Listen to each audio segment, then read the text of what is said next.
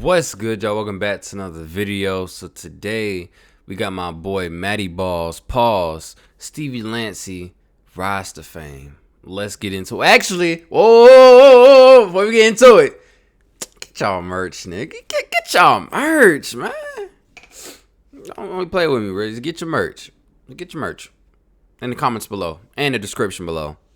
Well, y'all let me know what y'all think about it in the comments below, but get it in the description below.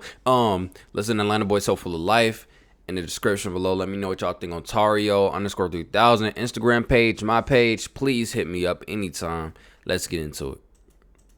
Recently, after his hit single Bad Habit, his latest studio album Gemini Rights, and his seemingly random matching tattoos with Lil Uzi Vert and Kanye West. On top of that, many of his songs have been reaching a wider audience recently thanks to TikTok. Steve Lacy has more eyes on him than ever before. But with this new influx of fans, some may be unaware that Steve has a fascinating music career prior to his explosion. From producing for Kendrick Lamar, J. Cole, and Mac Miller, to collaborating with Tyler the Creator and being an important member of the internet, this is the rise of Steve Lacy. So, Steve Lacy was born in Compton, California on May 23, 1998. He lived in a nicer situation compared to a lot of his peers and was also sent to nicer schools by his mom. He fell in love with the guitar at a young age because of the game Guitar Hero and started playing the real guitar when he was about 10 years old. When Steve was in high school, he was attending a LA performing arts high school and played in the school's band. It was at that school that he met a man by the name of Jamil Bruner, who used to be a keyboard player for the internet. Fun fact, Jamil is also Thundercat's brother. Steve saw Jamil making a beat and it invoked his curiosity, which would eventually get him into beat making. He also dabbled in a little bit of rapping early on, but mostly focused on singing and producing. Jamil was encouraging Steve to get involved with his band, the internet, and started bringing him along to studio sessions. After going to a few sessions, he eventually joined the band. For those who are unaware, the internet is a band that was signed to Odd Future back in the day, and a few Odd Future members were also members of the internet, like Sid the Kid and Matt Martians. The internet had a couple projects out before Steve joined, and they were a pretty talented group. Steve also had a lack of resources, so he was producing for the most part on his phone. He would email and DM people beats hoping to get placements. He also had some vocals on the song Palace/Curse, which also featured Tyler the Creator. The album Ego Death performed extremely well and even received a Grammy nomination, which allowed for Steve to attend the Grammys at age 17. That's something that most people cannot say they've done. Thanks to his work on Ego Death with the internet, he became a pretty high demand producer. Keep in mind, in this time, Steve was still in high school and received a Grammy nomination his senior year, and he couldn't even tour because he had to go to school. He says in an interview with GQ, "You know that end of the year talk you have with your teacher where they're like, what are you about to do? I was like, I'm gonna produce and tour next month. And then I had the Kendrick Lamar and J. Cole features months after that talk. I literally graduated and went on tour. I wasn't dumb." And yes, you heard it correctly, Steve has also produced the song Pride for Kendrick Lamar, and he also produced Folding Clothes by J. Cole. Another fun fact, he produced the song Jet Fuel by Mac Miller. He made the beat for Kendrick Lamar's Damn, but eventually Kendrick ended up giving it to Mac and it ended up on Swimming. By the time high school was over, Steve had a super impressive amount of accomplishments under his belt, but he was just getting started. Before Steve officially launched his solo career, he did have a few singles and Lucy's on SoundCloud, but officially in 2017 he launched his solo career with the release of Steve Lacy's Demo, which is a project that was actually mostly recorded and produced on his iPhone entirely by himself. He spoke about how he produced his music in a TED Talk and it was super inspiring. He showed clips from some of his songs in GarageBand in the TED Talk and showed how he would layer vocals and produce. The song Dark Red performed extremely well and garnered him even more attention. He was also featured on Tyler the Creator's Flower Boy on the song 911 where he assisted on the bridge, and he's also credited for playing the guitar on the song Glitter. At some point during all of this, he would switch over from his iPhone to a laptop, and it's pretty obvious to see how his musical quality has improved since he's made that switch. In 2018, the internet released the album Hive Mind, which featured many more vocals from Steve, unlike the previous. As of now, this is the last album that the internet has released, and each member has been focusing on their solo careers. The following year, in 2019, Steve released his first album, Apollo 21, right after his 21st birthday. This album would give Steve his second Grammy nomination and his first nomination as a solo artist. This album performed pretty well, especially thanks to songs like Inside. By the end of 2019, he had 2 Grammy nominations and an impressive catalog of production placements with only 1 album. However, he was still fairly underground, even though he did have a strong fan base and was pretty well known in the music community. But as much as people hate to admit it, I would say that recently, thanks to TikTok, he's been getting a lot more buzz than he had been, with the platform repopularizing some of his older songs and also also boosting some of his newer songs. In 2020, he released his compilation album titled The Lo-Fis that contained old SoundCloud songs, leaks, demos, throwaways, and instrumentals. The following year, he had some other impressive placements, such as playing the guitar and writing for the song Gravity by Brent Faiyaz. He also has writing credits on Donda, which I find super interesting, but it does make sense now that Kanye and him are pictured together. And he was also seen at Kanye's listening event last year. By this point in Steve's career, he was very successful and was on a steady incline ever since he joined the music industry. But in 2022, almost 10 years later, he would see another huge change. In July of 2022, Steve released his second studio album, which would be a huge success, and that album was titled Gemini Rights. It had three main singles, Mercury, Sunshine, and Bad Habit, which would become the album's smash hit. The majority of the album was produced by Steve himself and had his signature sound, although in my opinion it sounded a lot more crisp and poppy than some of his previous work. With multiple songs and remixes from the album blowing up on TikTok, it has been getting a significant amount of attention. Also, Tyler the Creator has been promoting the album heavily, which I think has probably helped its success a little bit. Steve has been getting so popular that tons of fans are complaining about ticket prices for his upcoming tour. People speculate that his team and him underestimated how many tickets they would sell and how popular he is, which is why they booked smaller venues, which is why people are reselling all their tickets. But regardless, Steve is extremely popular. Even just the other week, he was pictured with Lil Uzi Vert and Kanye West, and everyone was talking about it because they got matching tattoos, and it caught the internet off guard when they were all pictured together. Regardless, Steve Lacy has had a huge spike in popularity, making him the most popular he's ever been, and it's very well deserved. His constant rise and hard work over the years has not been in vain, and he's still just getting started. Let me know what you guys think about Steve Lacy in the comments below. If you like this video, you might like my video where I cover Dominic Fike and his rise to fame.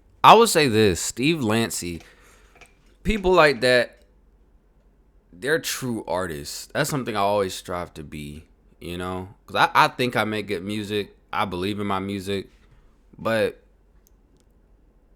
I feel like it's because he's from LA.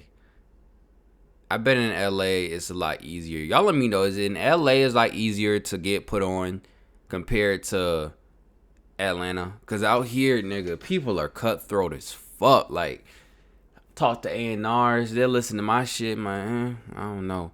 Then a nigga talking about he's a crackhead rapping, say, nigga, we need to sign this. Nigga, we need to sign this right now. I don't get it. I personally don't get it. I'm still confused and flabbergasted about it. But that's just me. I don't know. I don't know. It might just be that my time hasn't come yet. And once it come, boom, I'm gonna be on top. Not be on top, but I'm gonna have my own lane. But I don't know. Y'all let me know what y'all think about this. Steven Lacy, congrats, you know what I'm saying, on the amazing album.